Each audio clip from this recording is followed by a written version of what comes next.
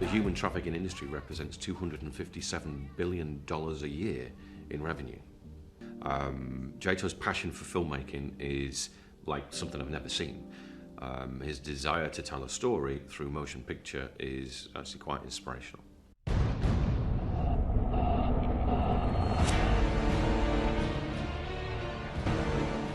Embarking on new journeys with new assignments can be quite daunting.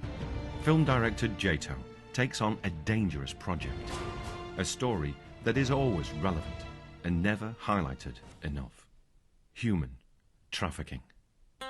This time, Jato travels to Kenya to uncover the untold stories of the victims and the abused.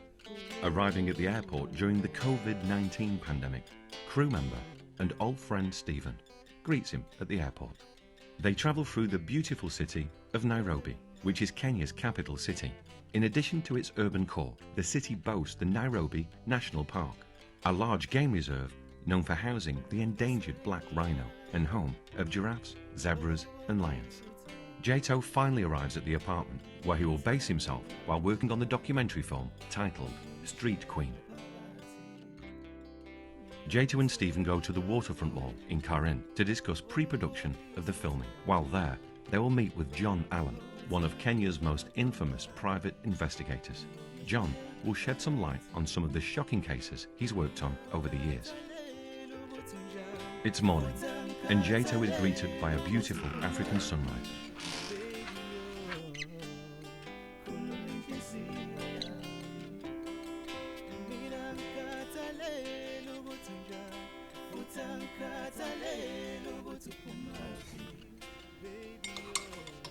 Despite the dangers that lie ahead and the disturbing accounts he will research, he's grateful to be in this beautiful country.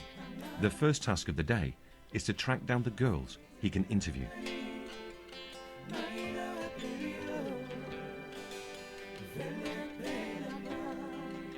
This proved to be quite challenging until a breakthrough landed in his inbox.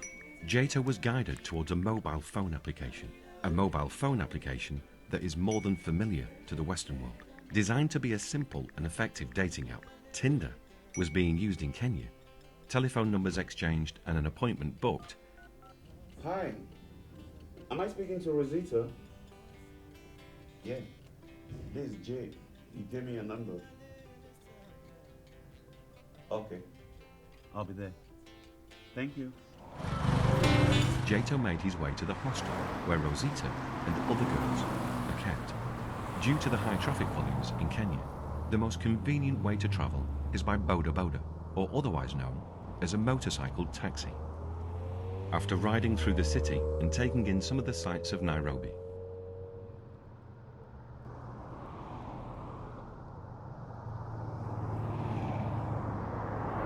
Jato finally arrives at Rosita's hostel, where the girls, or victims, are held.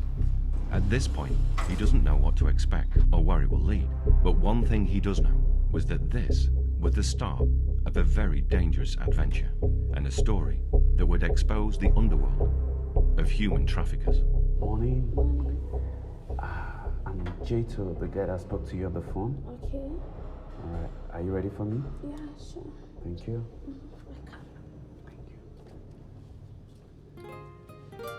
Let me go and brush my teeth. My name is Rosrita Nduko Modama. I'm 19 years old. I'm from a village called Mukuru Kayaba here in Kenya. First of all, I don't have parents. I'm an orphan, left with one sibling, who is now 15 years old. Okay, so my mom left us when I was in class 6. That was 2014. She died of HIV and AIDS, you know. So I was left with my dad. My dad, okay, it was not that perfect. People were saying like, it's not good for a girl child to stay in one room with a stepfather. Yes, he was my stepfather. After that, my dad left me. So after my father died, I was left alone with nowhere to go. That was the time I joined my Form 1 year, Form 1 secondary school. Go out there in town, hustle, meet my friends. I met different people, bad people, good people. So I met with these friends who introduced me for meeting men for money, you know. I had to do it just for survival, you know.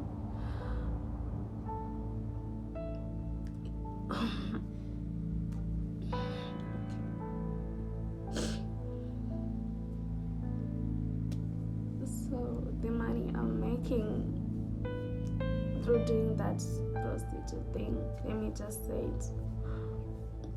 The money I just send the money to my grandma, who is living with my little bro for school fees and, you know, food and everything.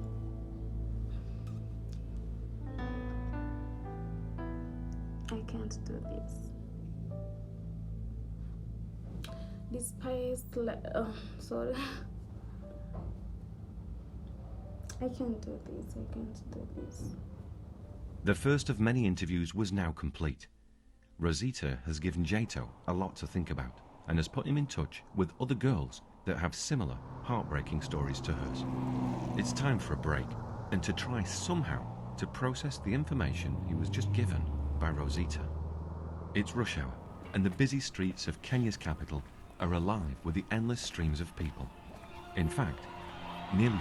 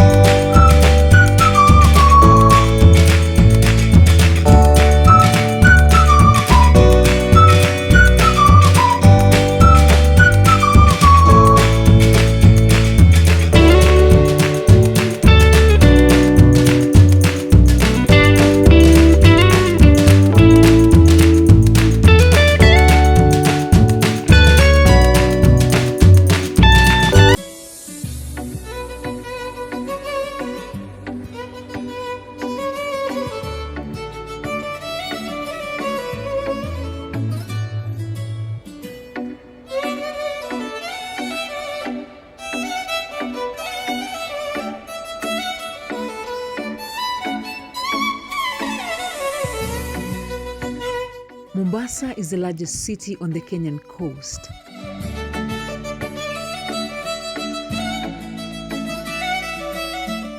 And it combines city excitement with beach relaxation. The coastal area features only 500 kilometers of tranquil white beaches, golden sand dunes, warm aqua water, and idyllic secluded islands. Mombasa is famous for its beaches, world-class beach resorts, and its historical significance.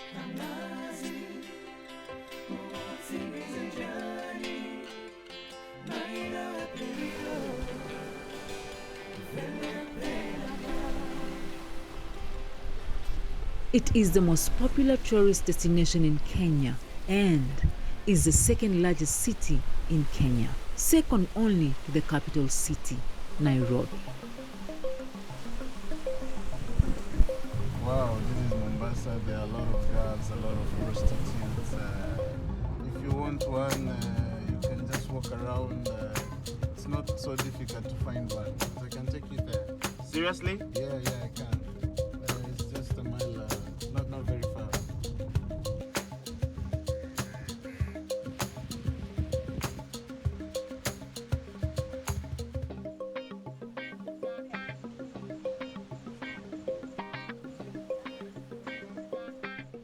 My name is Aisha Abdullahim. I'm from Nyali, Mombasa County, in country Kenya. I'm a sex worker. of 10 years now. They gave me money for some few months, but it wasn't enough. So I started to make my own money.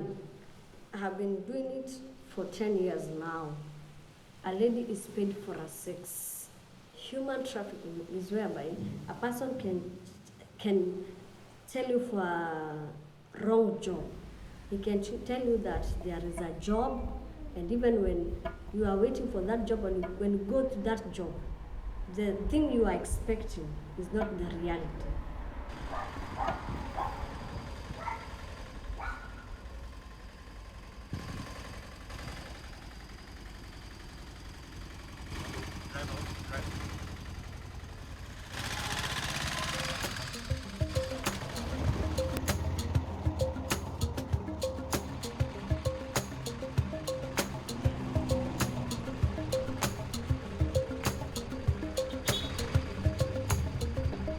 For example, he can tell you, I have a club or I have a pub, but when you get there, there's no any club, or maybe he want to sleep with you, he want to have sex with you, so that he can give you that job.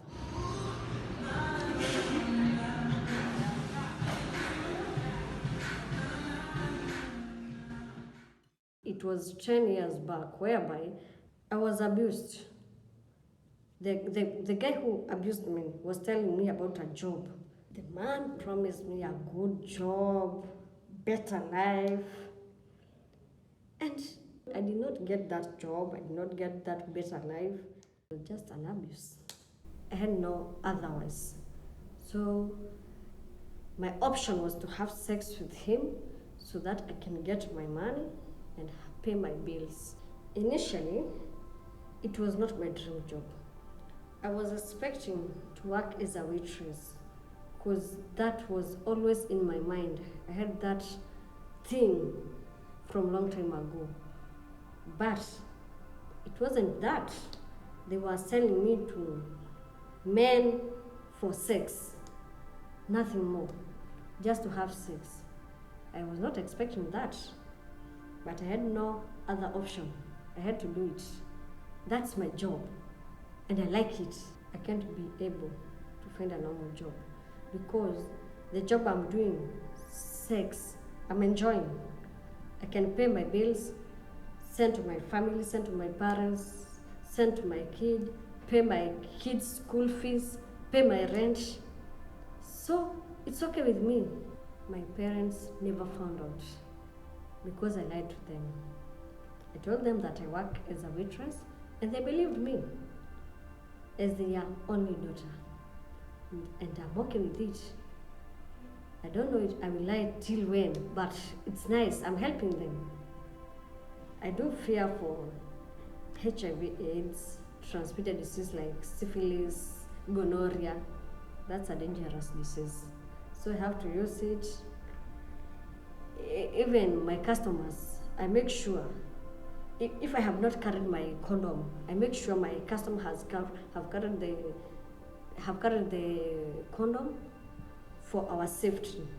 Then, like now we have COVID-19, so we have to protect ourselves for this coronavirus. Even we have to wear our mask. If not so, we have to measure our temperature to see if it is high. This disease is not that easy. People are dying, people are suffering. So we have to maintain ourselves. Sex worker is just a job. So in the future, I want to get married, have a lot of kids, have my own home, have my family, be happy. The advice I can give to young girl, it is not that easy. The sex working is not that easy. I just found myself in that. I was not expecting it, but I found myself in it. So I can tell them, go to school, work hard for your life. Life is not that easy. Desperate to find more facts, it's time to meet with Lucy Paul. Lucy is the mother of 2 daughters and works full-time with the British Army training units. My name is Lucia Cheng Paul. I work for the British Army Training Unit Kenya. It's based in Nanyuki, a town in Kenya. Nanyuki is a beautiful little town based at the foot of Mount Kenya, 3 hours away from north of Nairobi. The Mount Kenya makes the major scenery there. It has a background, a beautiful background that is a setting to every view when you wake up to. Nanyuki is diverse, being that the army base has been there for years. So it's a mixture of all cultures, where the British Army has set base there, working with the Kenyan government for years. So this diverse culture, being that the British culture and the Kenyan culture mixing together, which is a basic employment for the locals there. It's the major source of income. That not being, there's a lot of beautiful sceneries in Nanyuki, a lot of animal conservatories. We have the Ehijator in Nanyuki, a lot of Samburu. There's a lot of sceneries to visit, so it boasts of lots of tourism in that area. There's the Mount Kenya Safari Club, which hosts lots of international guests from all over the world. Nanyuki is a little town, but it's an economic hub in itself, with the locals boasting of diverse culture. Sex tourism, or rather let me call it sex workers, has been an issue, a major issue, due to the exchange of culture and the foreigners that come in and out of Nanyuki. Due to poverty, I think, as I may say, there's the seasons where the girls are there expecting foreigners to come in terms, sometimes British Army, sometimes foreigners who come for tourism. So it has been a major issue in Nanyuki, which is not going to end at this time, because it's been something that they're looking forward to. Most of them are unemployed, I think, and I guess, and look forward to that as a source of income. They can get cheap sex for little money from the tourists who in exchange come just to view stuff and area, but also enjoy the sex, I think. Or visiting the Kenyan clubs a few times, 1, not 2 or 3, I've witnessed young Kenyan women being sold out for sex tourism. By will, I'm not sure, but most look like it's something that they are into for money or because out of desperation. This is done by older women, probably who have been in the trade for years. These girls are sold out to tourists who in exchange for money give to those older women who pay them in turn, probably peanuts, for a better living or just for maintenance. Most of these girls come from the villages and are groomed and told what to do, how to do it, and how to make the men fall for them for money, sex in exchange for money. It's a trade that is not going to end now. Our universities also encourage it because many girls are lured into the life of wanting to look good. They want to look like the rest, and most are coming from homes that are poverty-filled. They do not have the money to live that lifestyle. So they'd rather go for prostitution, they get into uni, they are influenced and get into these groups where these older women sell them for sex tourism in Kenyan clubs and end up being prostitutes. So, citing a particular incident that happened not far away, not long ago, a Kenyan university student was murdered, brutally murdered, after a night party that went wrong. This particular girl, led by the auntie, attends this night party. The party is filled by affluent people, and she's not happy with it because this is not her lifestyle. She's being introduced to something she doesn't know. It's all drugs and sex and orgies, and she decides to run away. Running away from it, these affluent people follow her. They send their people to follow her, and they murder her brutally, throwing her on the road somewhere in one of the affluent estates in Nairobi. She's run over by cars and in the middle of the night and smashed to nothing. She's dead by morning. And this is what happens in most of the units. Some get sick, some are infected by HIV, some get depressed after that, some never finish school. So it's something that is going on. That particular case was very sad because this girl was from a very polite and quiet family. And being that our own auntie, our own relative at the uni introduced us to this, made it really sad. She was a Christian, she was religious, was a Seventh-day Adventist. On this particular day, the event was on a Friday. The mother was expecting her the next day to attend the church service, which was Saturday. She never appeared. She was lying somewhere in a mortuary dead, run over by cars, unrecognizable. It was sad. It's a family that I know well. That's why the story hurts so bad. It's something that will live, that will not be forgotten for a while. Really sad.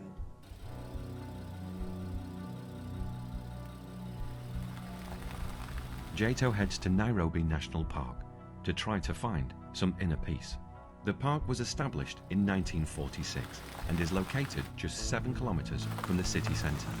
As well as the black rhino, the animal reserve is host to some of the largest animals on the planet.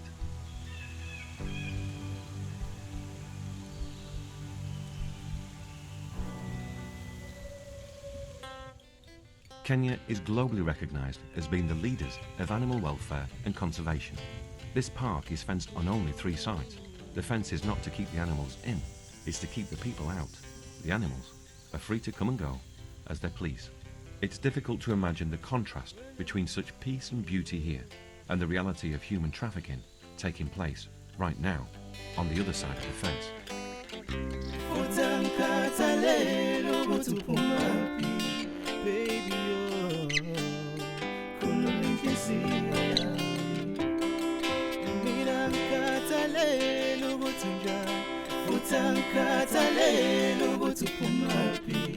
Baby, oh,